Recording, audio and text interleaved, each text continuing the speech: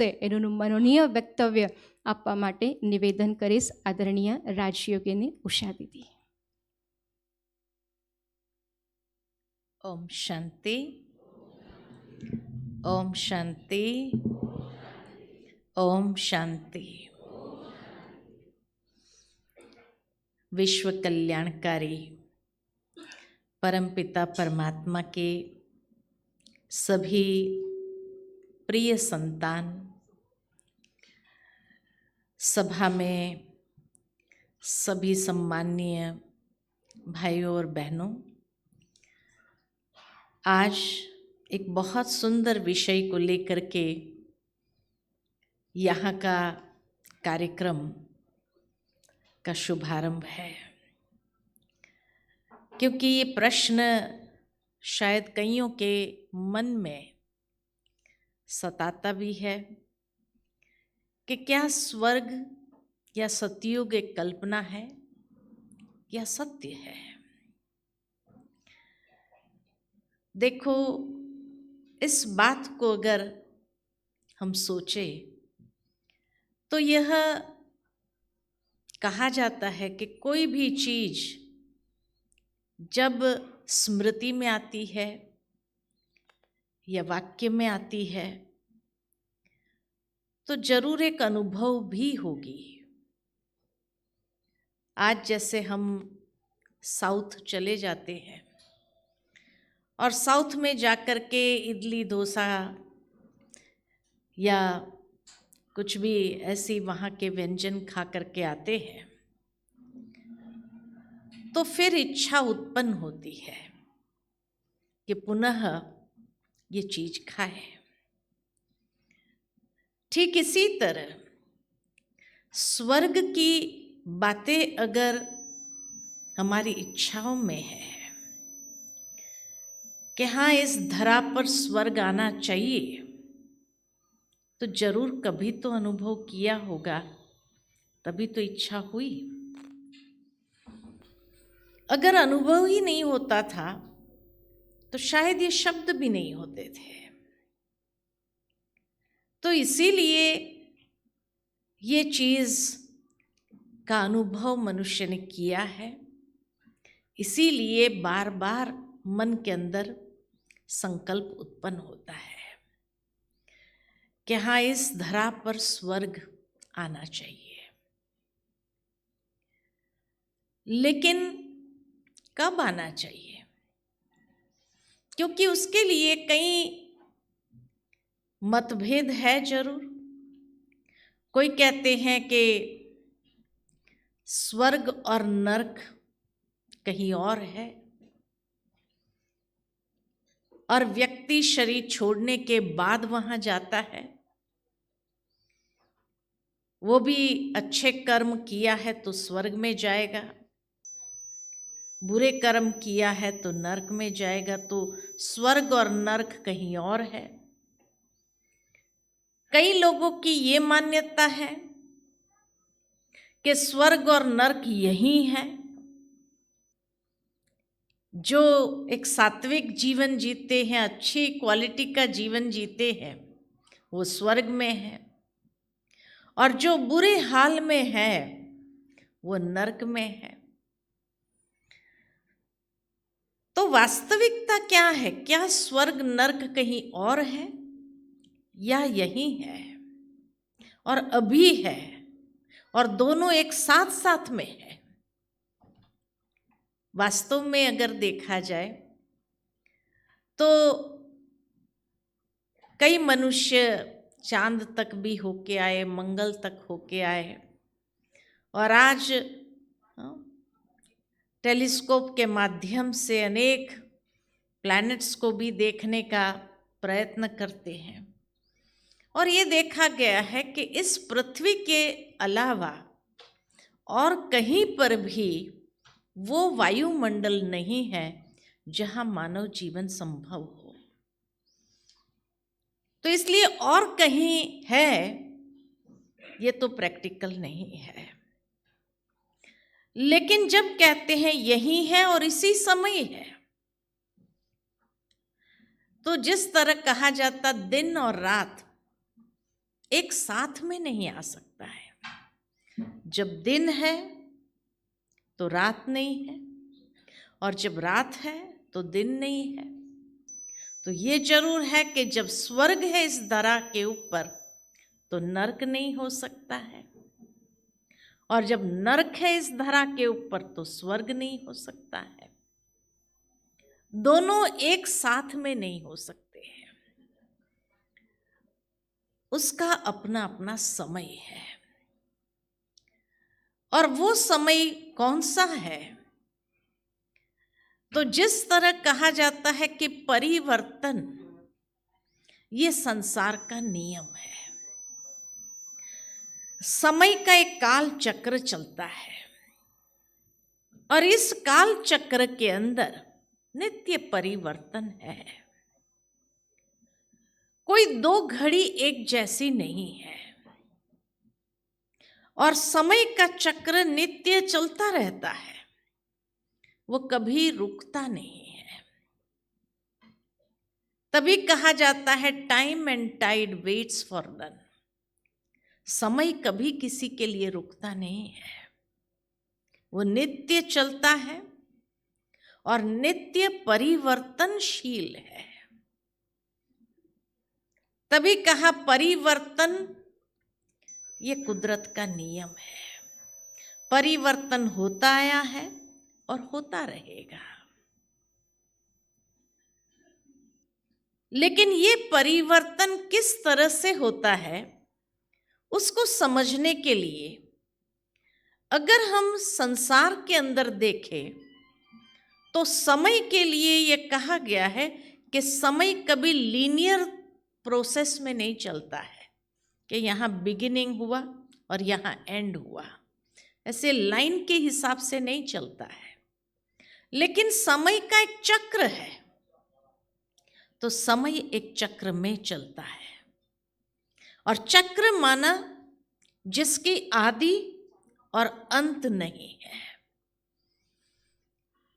जो नित्य चलता है। तो ये समय साइक्लिक पैटर्न में चलता है, लीनियर प्रोसेस में नहीं चलता है। इसीलिए इस समय के चक्र के अंदर जितने भी चक्र बने हुए हैं वो भी आप देखो साइक्लिक पैटर्न में ही चलते हैं। दिन और रात का चक्र देखो, नित्य चलता है। ऋतुओं का चक्र देखो, नित्य चलता है। मनुष्य जन्म पुनर्जन्म का चक्र देखो, नित्य चलता है ना? और हर चक्र 4 अवस्था से गुजरता है। दिन और रात का चक्र अगर देखा जाए तो वो भी 4 अवस्था से गुजरता है, सुबह, दोपहर, शाम, रात्रि। रात्रि के बाद क्या होगा? पुनः सुबह आती है, क्योंकि ये चक्र है। कब शुरू हुआ था ये चक्र मालूम नहीं। क्या सुबह 4 बजे शुरू हुआ था, दिन में 10 बजे शुरू हुआ था, शाम को शुरू हुआ था, रात को शुरू हुआ था? हाँ, मनुष्य ने अपनी व्यवस्था को बनाने के लिए रात को 12 बजे के बाद दूसरा दिन कह दिया, लेकिन जरूरी तो नहीं कि ये चक्र रात को 12 बजे ही शुरू हुआ था। इसी तरह ऋतुओं का चक्र देखो, 4 अवस्था है, ग्रीष्म, बरसात, शीतकाल, बसंत, फिर ग्रीष्म आ जाता है। इसी तरह देखो मनुष्य जन्म पुनर्जन्म का चक्र, उसकी भी 4 अवस्था है, बचपन, युवा, गृहस्थ, वृद्ध। तो 4 अवस्था से हर चक्र को गुजरना पड़ता है। इसी तरह ये समय का चक्र जो है, ये समय के चक्र में भी 4 अवस्था है, जिसको कहा गया सतयुग, त्रेता युग, द्वापर युग और कलयुग। कलयुग के बाद क्या होगा? पुनः सतयुग आएगा, क्योंकि ये चक्र है। तो इसीलिए सतयुग नाम ही है सत्यता का युग, जहां संपूर्ण सत्यता थी, जहां असत्यता का नामो निशान नहीं था। जिस तरह सुबह की लालिमा देखो कितनी सुंदर होती है, एक ताजगी से भरी होती है। उस समय एक पवित्र वातावरण चारों ओर फैला हुआ होता है। तभी तो सुबह के समय लोग या भगवान के मंदिर जाते हैं। समय का वरदान है कि सुबह सुबह का ये समय मनुष्य के मन में भी कभी कोई बुरा विचार नहीं आने देता है। जिस तरह सुबह की ताजगी है, वैसे ही विचारों के अंदर भी नवीनता का जैसे उदय होता है, अच्छे विचारों का उदय होता है। दिन के अंत में फिर तनावपूर्ण विचार हो जाता है, लेकिन सुबह सुबह किसी के मन में तनाव आ जाए, ऐसा बहुत कम सुनने को मिलता है। रिलैक्स महसूस करता है, सुबह का समय फ्रेश माना जाता है। इसीलिए तो दुनिया में भी किसी को कोई भी कार्य करवाना हो अपने सुपीरियर से, तो क्या कहते, सुबह सुबह चले जाओ, अच्छे मूड में होते हैं, हो जाता है कार्य। लेकिन दिन के अंत में सारे दिन की टेंशन्स के बाद अगर कोई जाते हैं तो क्या कहते हैं, संभावना कम है, आज बड़ा हेक्टिक दिन गया है, बड़ा तनावपूर्ण दिन गया है, संभावना नहीं है, कल सुबह जाना। तो कहने का मेरा भाव ये है कि सुबह का समय है ही एक सात्विकता का समय, और उसमें भी सुबह सुबह 4 बजे से 8 बजे का जो समय होता है, जिसको ब्रह्म मुहूर्त कहा जाता है, उस समय के अंदर तो बहुत सुंदर व्यक्ति की मनस्थिति होती है। अमृत वेला उसको कहते हैं, जब मन एक ऐसे पात्र को लिए हुए होता है जहां अमृत होता है। तो इसीलिए कहा कि वो समय जिसको सतयुग कहा गया, जिस युग के लिए ही तो गायन है कि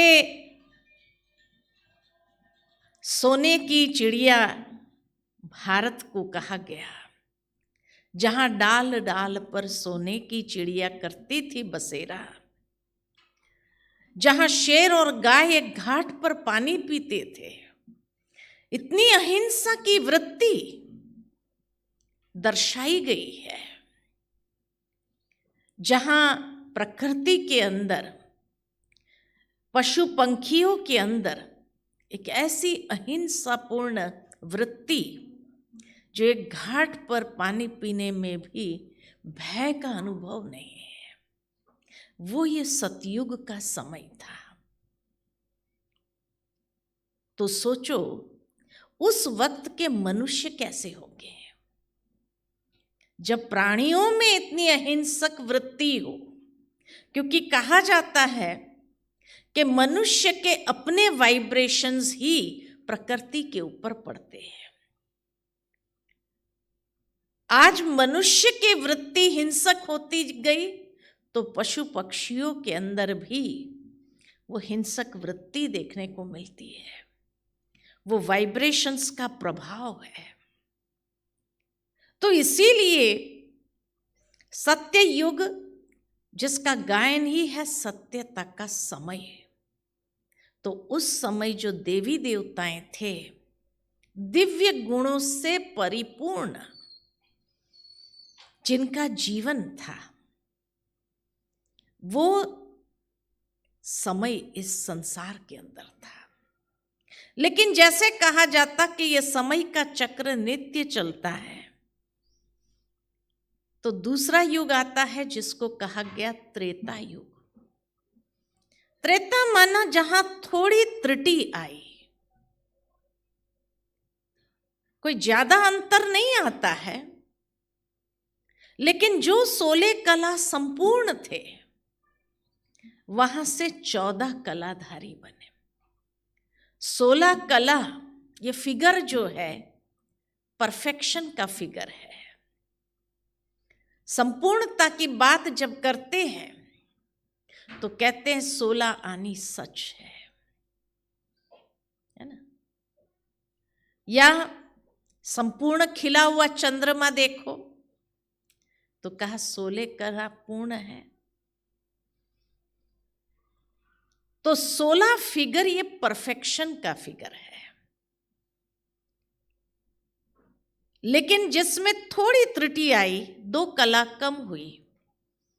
पूर्णमासी के बाद 2 दिन के बाद चांद को देखो, हल्का सा एक लकीर जैसे क्षीण होती है, लेकिन उसके तेज में कोई अंतर ज्यादा नहीं होता है। ठीक इसी प्रकार जो आत्माएं हैं संसार के अंदर, उसमें भी हल्की सी त्रुटि आती है, लेकिन ज्यादा अंतर नहीं है। इसलिए उसको त्रेता युग कहा गया। और यही सतयुग और त्रेता युग दोनों को मिलाकर के स्वर्ग कहा जाता है, रामराज्य कहा जाता है, जिसका वर्णन हर धर्म में किया गया है, जिसको बाइबल में कहा पैराडाइज, हेवन ऑन अर्थ, जिसको इस्लाम धर्म में कहा गया जन्नत।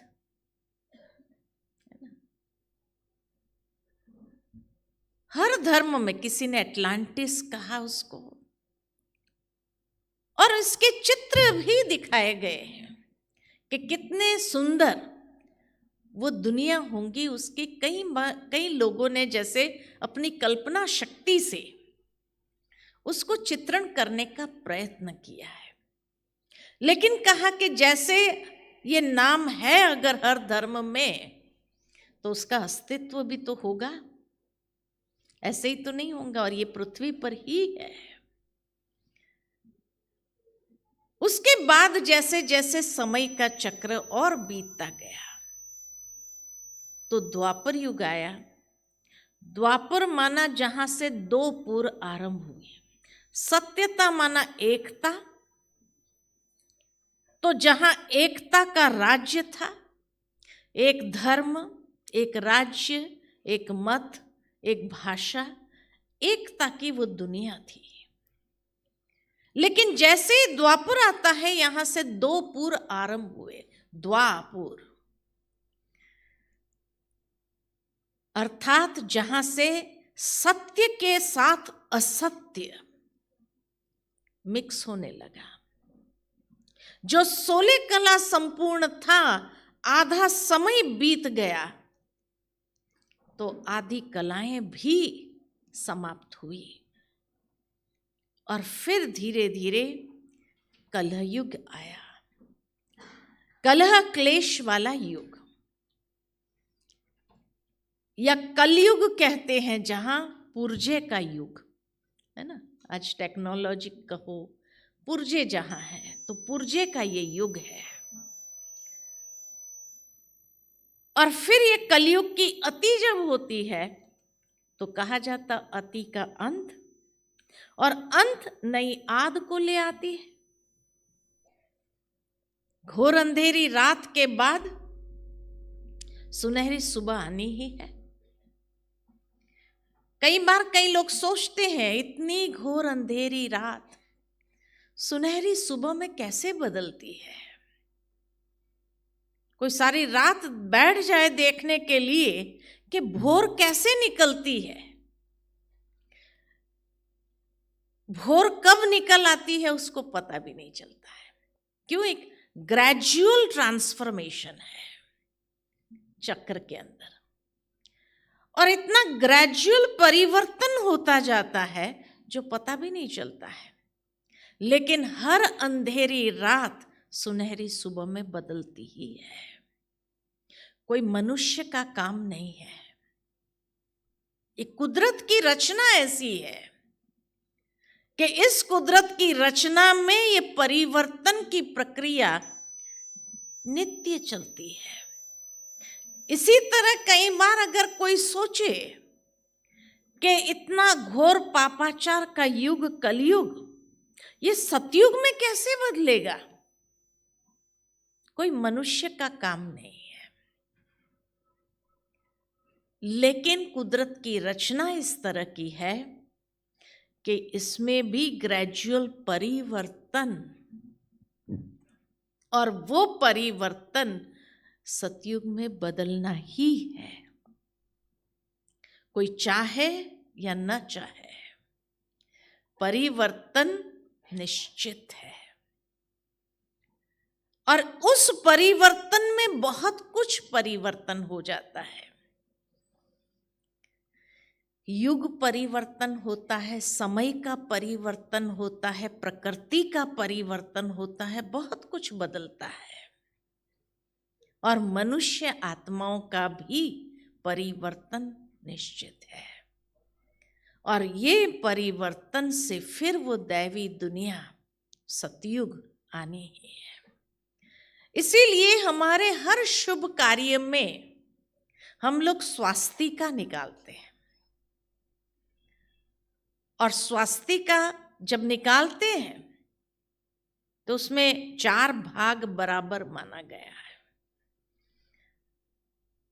और चारों भाग है इतना नहीं, लेकिन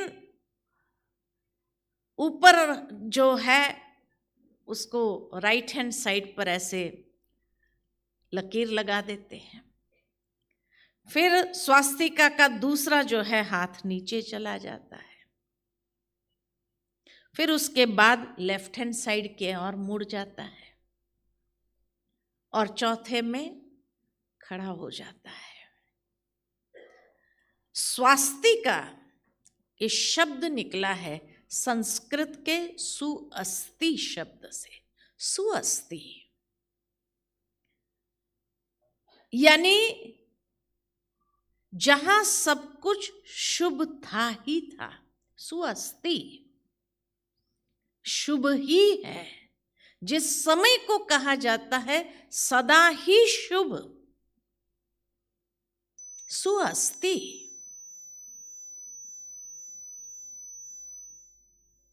जहां हर आत्मा अपनी स्वस्थिति में स्थित है। स्वास्तिक स्व के अस्तित्व में, यानी स्व के उस श्रेष्ठ स्वमान में जो स्थित था, जहां आत्माएं अपने श्रेष्ठ स्वमान में स्थित थी। और वहां स्वास्तिका का पोजीशन राइट हैंड साइड पर इस तरह का था, अर्थात ब्लेसिंग्स, आशीर्वाद। राइट हैंड से ही आशीर्वाद दिया जाता है। हर कार्य शुभ, जो भी शुभ कार्य करना होता है राइट हैंड से ही किया जाता है ना। कोई अगर लेफ्टी भी हो और लेफ्ट हैंड से करने का प्रयत्न करे तो भी क्या करते हैं, राइट हैंड से करो, ये शुभ माना गया है। तो इसी तरह संसार का जो पहला पहर माना जाता है, जिस तरह दिन और रात का चक्र कब शुरू हुआ ये तो मालूम नहीं है, अनादि जिसका आदि अंत नहीं है, ये नित्य चलता है। लेकिन दिन और रात के चक्र का पहला पहर सुबह को माना गया, और अंतिम पहर रात को कहा गया। ठीक इसी तरह ये संसार का भी पहला पहर सतयुग को कहा गया, जहां संपूर्ण सत्यता थी, जहां हर आत्मा ईश्वर द्वारा आशीर्वाद प्राप्त की हुई स्थिति में थे। और इतने सुंदर जिनका जीवन था, जिसकी महिमा में गाया जाता है 16 कला संपूर्ण, संपूर्ण निर्विकारी, मर्यादा पुरुषोत्तम, सर्वगुण संपन्न। अच्छा, वहां राज्य कौन करते थे? तो वहां राज्य करने वाले श्री लक्ष्मी और श्री नारायण का राज्य था। कैसे पता चला कि श्री लक्ष्मी और श्री नारायण का राज्य था? तो नारायण के साथ हमेशा एक शब्द जुड़ता है, सत्यनारायण। सत्यनारायण क्यों कहते हैं?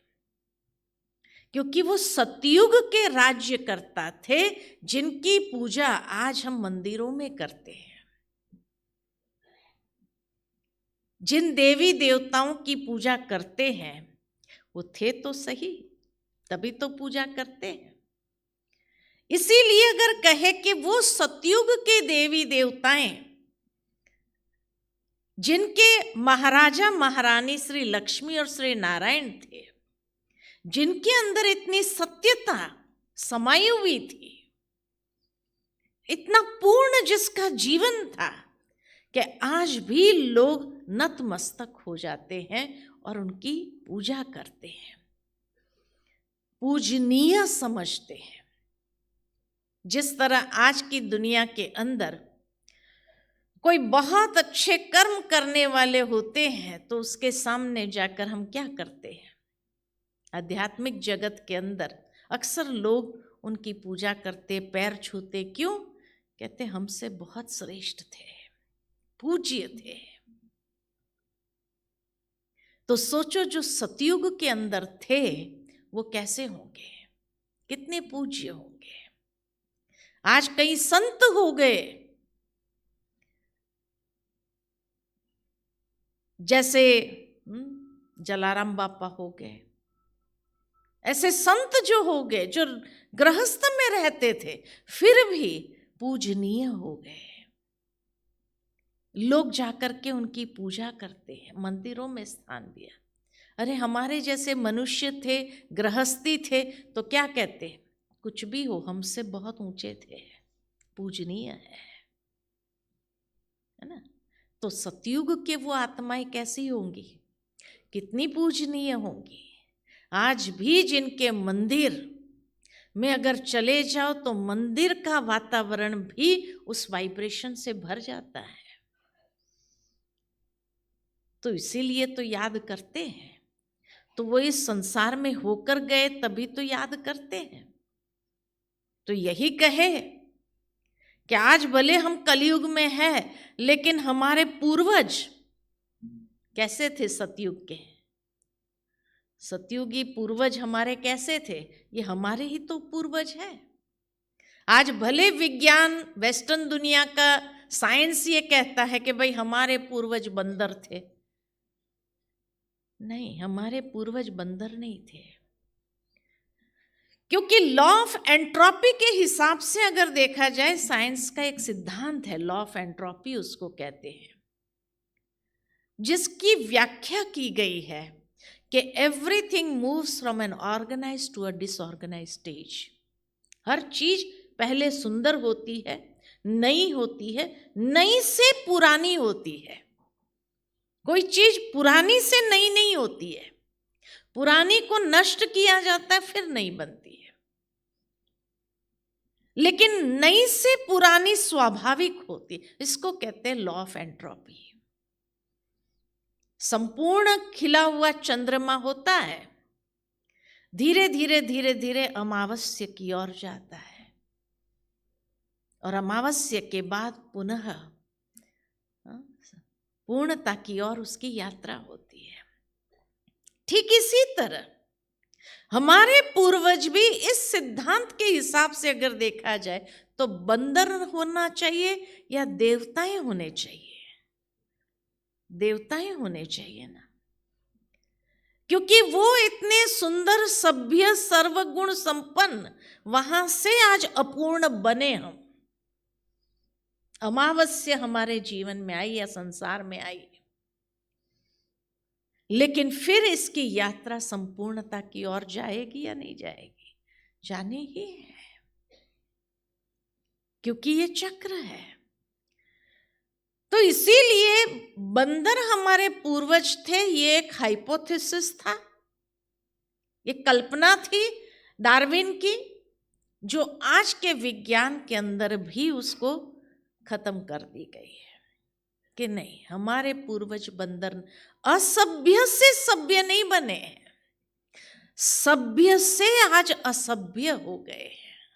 आज का मनुष्य देखो, बाह्य रूप से अगर देखा जाए तो एटिकेट्स बहुत बढ़ गए हैं, मैनर्स उसके जीवन में आ गए हैं, लेकिन आज उसका जीवन देखो तो क्या कहेंगे, बहुत सुखी कहेंगे या दुख है? और दुख क्यों है? कहीं ना कहीं वो कर्म सिद्धांत जुड़ा हुआ है, तभी तो कहेंगे दुखी हो गया है इंसान। जो सत्युगी देवी देवताओं को देखो, सदा सुखी दिखाए हैं, हर रूप से सुखी। 4 प्रकार का सुख जो माना जाता है, वो चारों प्रकार का सुख उनके जीवन में था। तन से सुखी थे, धन से सुखी थे। तन के लिए तो कहा जाता कंचन काया थी, कंचन काया, कंचन माना सोने जैसी काया थी जिसकी।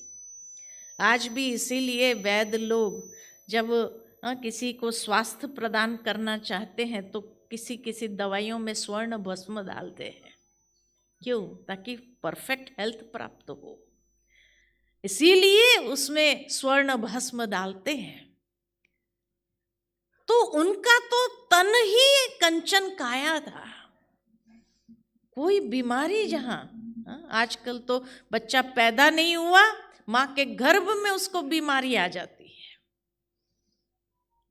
है ना, वहां से ही ऑपरेशन शुरू कर देना पड़ता है।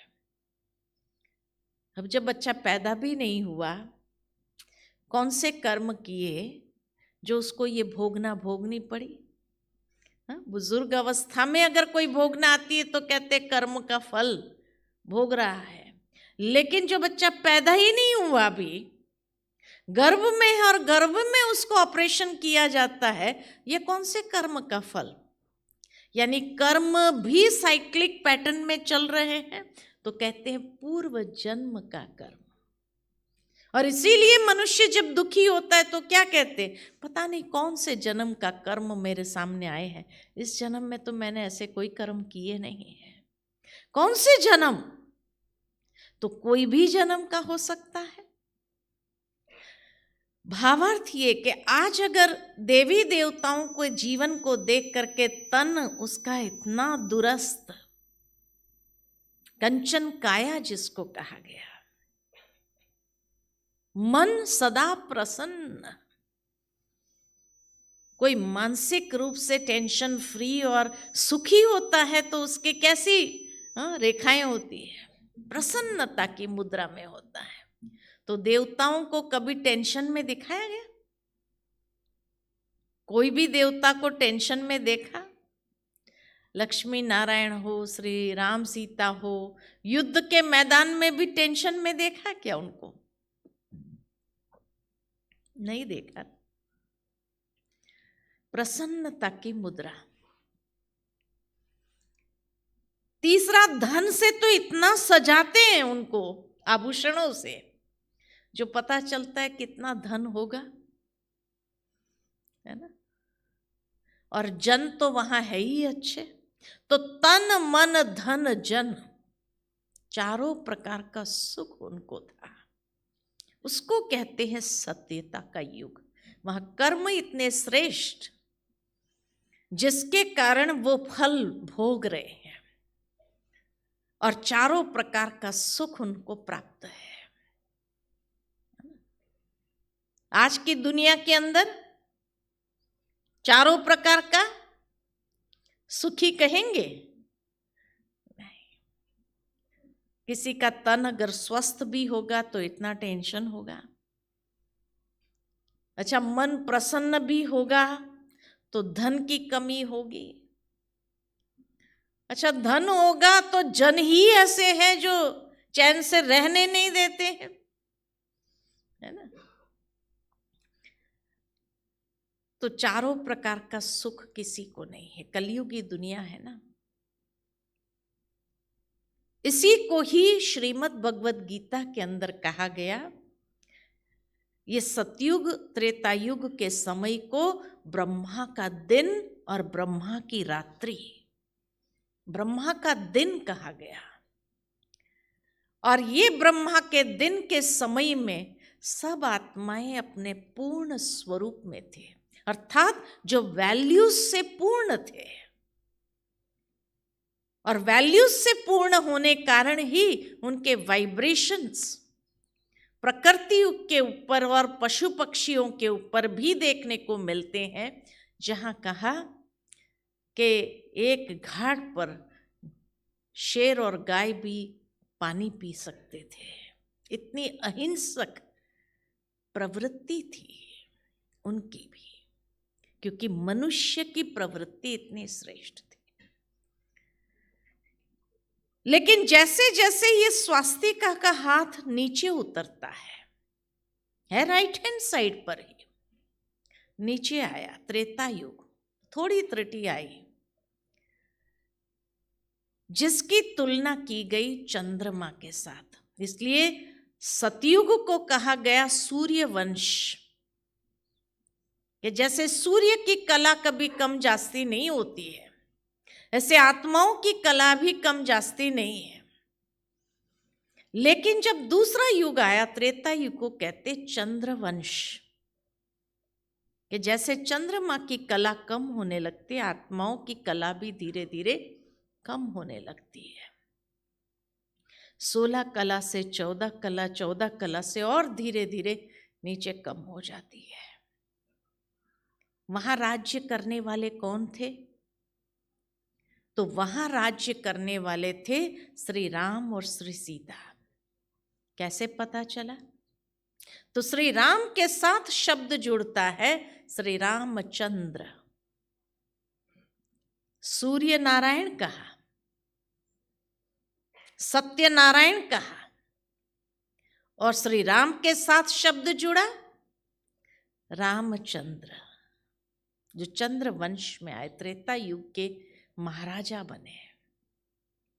वहां भी सुखी था राजा, सुखी थी प्रजा, सुखी था सारा संसार।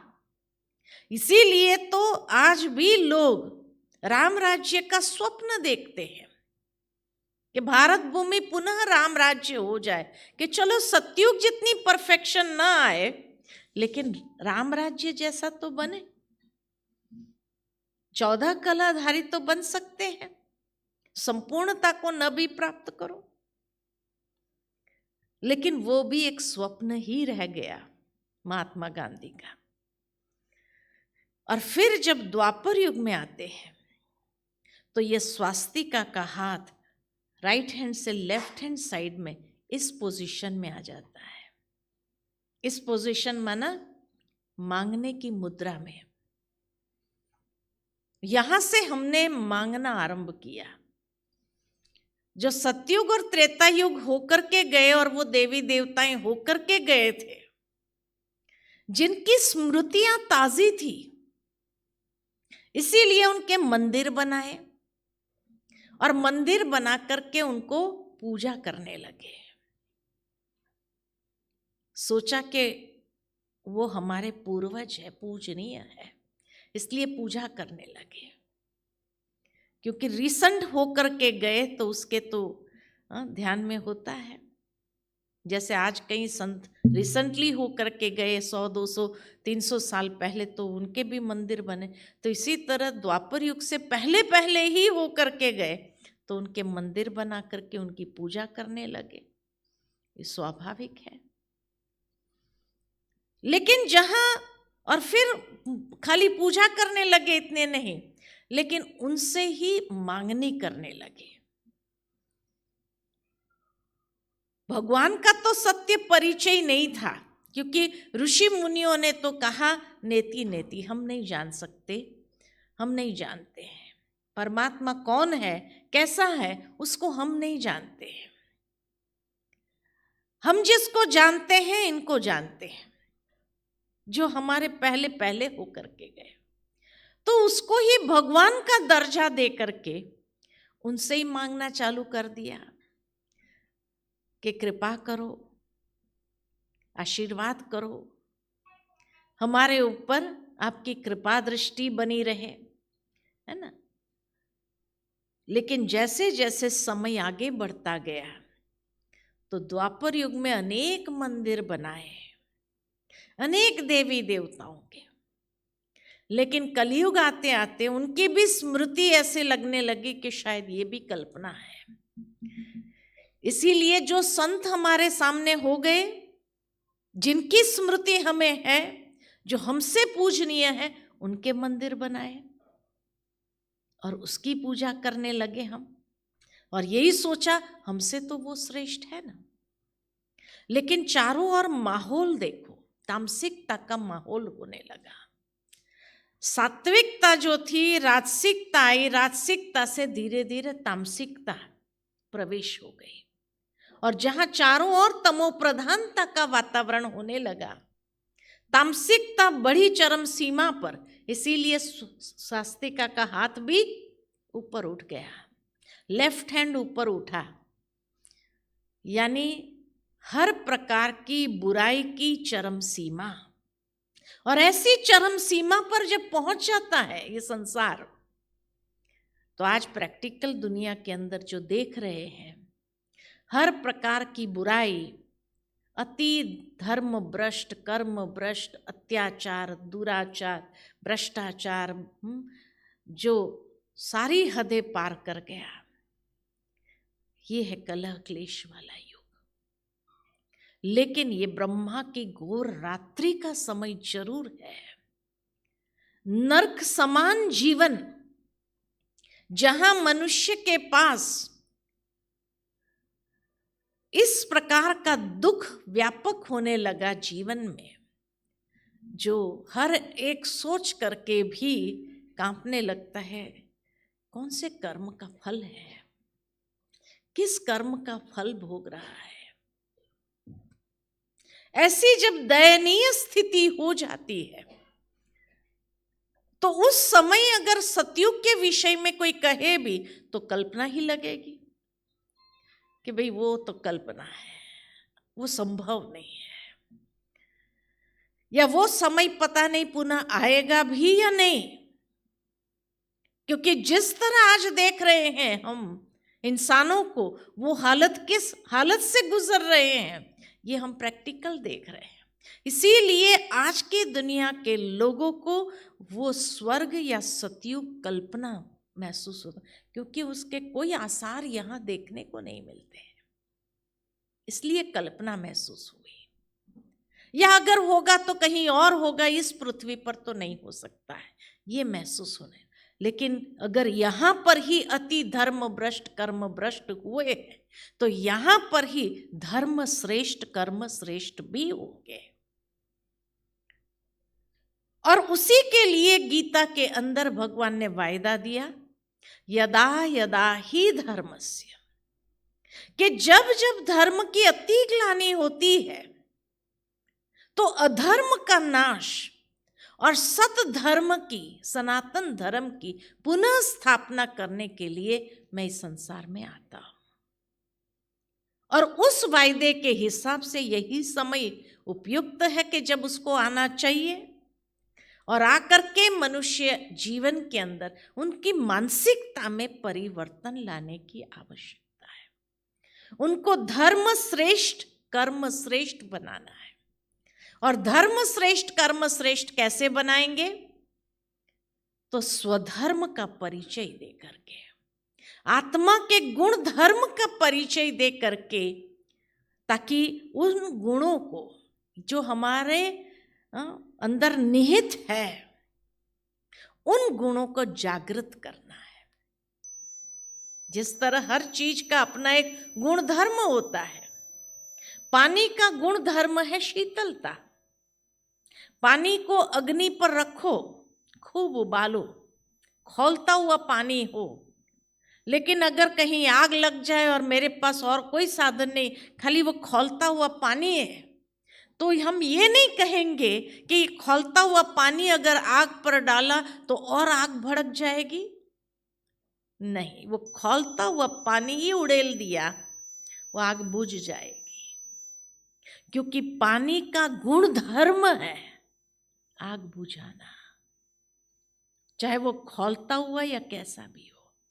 ठीक इसी तरह हमारा गुण धर्म क्या है, उसकी जागृति भगवान करते हैं कि हमारा गुण धर्म अति श्रेष्ठ था। तो स्मृति से कहा ना, ये खेल है स्मृति और विस्मृति का। कलयुग में विस्मृत हो गए, अब पुनः भगवान आकर के स्मृति देते हैं और स्मृति से हमारे उस गुण को जागृत करते हैं। कैसे जागृत करते हैं? तो कहा जैसे सोचोगे वैसा बनोगे, जैसा चिंतन वैसा जीवन। तो चिंतन की धारा को बदली करते हैं। जो चिंतन की धारा नकारात्मकता की ओर थी, उस धारा को बदली किया आध्यात्मिक ज्ञान के माध्यम से और श्रेष्ठ सकारात्मक दिशा की ओर उसको मोड़ा। और फिर भगवान कहते हैं जैसा सोचोगे वैसा बनोगे, जैसा चिंतन वैसा जीवन। श्रेष्ठ चिंतन को अपनाओ। जब चिंतन के अंदर श्रेष्ठता आने लगेगी तो धीरे धीरे समय के अंदर भी परिवर्तन होगा। तो यही समय की मांग है कि हम अपनी चिंतन की धारा को श्रेष्ठ करें, सुंदर बनाए, सकारात्मक करें। आज दुनिया के अंदर भी ये जागृति है, खाली आध्यात्मिक लोगों के अंदर जागृति ऐसा नहीं है। दुनिया के अंदर भी अगर आप देखेंगे ना कि कहीं अगर कोई बात को लेकर माता पिता चिंतित हो जाते हैं और बच्चे होते हैं, तो बच्चे क्या कहते हैं माँ बाप को? बी पॉजिटिव, सब ठीक हो जाएगा, यही कहते हैं ना। तो जागृति तो आई है ना, बी पॉजिटिव, थिंक पॉजिटिव। ये जागृति दुनिया के अंदर भी आई है, खाली आध्यात्मिक लोगों में आई है ऐसा नहीं है। परिवारों में भी अगर कोई चिंता कर रहा है तो एक बच्चा अपने माँ बाप को जरूर कहता है बी पॉजिटिव, सब ठीक हो जाए, आप चिंता नहीं करो। एडवाइस देते हैं कि नहीं देते हैं? तो ये जागृति आई है पॉजिटिव, यानी यही बताता है कि हर एक के अंदर वो उदय, सकारात्मकता का उदय होने लगा है कि निराशा में नहीं डूब जाओ, आशा जागृत रखो और वो आशा ही एक न एक दिन पुनः उस सतयुग के अंदर परिवर्तन करेगा। हर चीज अति में जाना ये निश्चित है, क्योंकि अति है तो अंत है और अंत नई आदि को जन्म देता है। इसीलिए ये अति अंत की ओर ले जा रही है और अंत नई आदि को ले आएगी। तो ये चक्र इसीलिए कहा कि ये कल्पना नहीं, वास्तविकता है। जो होकर के गया है वो पुनः आएगा। बस हमें अपनी चिंतन की धारा को क्या करना है? ना उम्मीद निराशा वाली नहीं बनानी है, लेकिन हमेशा आशा की किरण को जागृत करना है। पॉजिटिव सोचते हुए संकल्प से सिद्धि कहा गया है दुनिया में भी। तो जो आप सोचोगे वो होकर के रहेगा। तो हर एक का जीवन परिवर्तन होगा, समय परिवर्तन होगा, युग परिवर्तन हो, आदर्श परिवर्तन होंगे। क्योंकि नेगेटिविटी की अति में जाकर के हर एक ने महसूस कर लिया है, अनुभव कर लिया है कि कितना दर्दनाक होता है। आज कोई डिप्रेशन वाला होता है, कितना दर्दनाक है, महसूस किया है ना। तो नकारात्मकता कितना दर्दनाक कर देती है, ये देखा गया है, अनुभव कर लिया है। इसीलिए ये आशा की किरण कि अभी बी पॉजिटिव, और पॉजिटिव के साथ ही उस संसार को भी हम सभी अपने संकल्प से ही साकार करेंगे। संकल्प को मजबूत करना है। वो कन्याओं ने बहुत सुंदर कि हम दृढ़ संकल्पधारी है। कितनी सुंदर बात छोटे छोटे बच्चों ने एक गीत के माध्यम से, अपने नृत्य के माध्यम से हम सभी को स्पष्ट किया कि हम दृढ़ संकल्पधारी है कि उस दुनिया को जरूर लाएंगे। और इसीलिए आने वाले समय में ये संसार परिवर्तन, जब अति दुख अति हो गई तो अति धीरे धीरे व्यक्ति के जीवन के अंदर वो अंत भी करता है, और अंत क्या करेगा? नई आदि को लाएगा। समय परिवर्तन हो रहा है, लेकिन हाँ जरूर है, परिवर्तन का फेज जो होता है वो थोड़ा दर्दनाक जरूर होता है। जैसे एक व्यक्ति को कांटा चुभ जाता है, बड़ा दर्दनाक है, लेकिन कांटे को निकालने के लिए सुई को क्या करना पड़ता है? और गहरी चुभो करके निकाला जाता है। लेकिन कांटा निकल जाने के बाद तो कैसी रिलीफ मिलती है। ठीक इसी तरह आज जो समय के अंदर कांटे चुभे हैं, उस कांटों को निकालने के लिए सुई चुभा करके उसको निकालना, तो ये थोड़ा परिवर्तन का फेज थोड़ा दर्दनाक होता है। लेकिन एक बार कांटा निकल जाए तो उसके बाद कैसा आराम मिलता है। तो इसीलिए ये सतयुग, स्वर्ग, ये कल्पना नहीं, एक रियलिटी है, और इसी पृथ्वी पर आएगी, पुनः आएगी। और इसीलिए उसके लिए हमें अपने आप को तैयार करना है कि हम अपनी विचारधारा को बदलें, हम अपने जीवन की शैली को बदलें, नकारात्मकता से सकारात्मकता की ओर जाए, आध्यात्मिकता को अपने जीवन में क्या करें? आवाहन करें, क्योंकि वही एकमात्र स्रोत है जहाँ से हम अपनी विचारधारा में परिवर्तन ला सकते हैं। और जैसे जैसे परिवर्तन होगा तो जरूर है जो बुरा तत्व है वो समाप्त हो जाता, और भोर वापस इस संसार के अंदर आएगी ही आएगी। इसीलिए भोर आनी है, उसका स्वागत करना है, लेकिन स्वागत वही करेगा जिनका जीवन वैसा होगा। इसलिए जीवन ऐसा बनाना है ताकि भोर का स्वागत हम सभी मिल करके कर सके, और बुरे तत्व सदा के लिए, नेगेटिविटी सदा के लिए समाप्त हो जाएगी, पॉजिटिविटी का उदय होगा, वही साकार स्वरूप हो जाएगा। ठीक है? तो इसलिए ये कल्पना नहीं है, सत्य है। जो अनुभव किया है वो वापस उसी और हम जा रहे हैं। अच्छा, ओम शांति।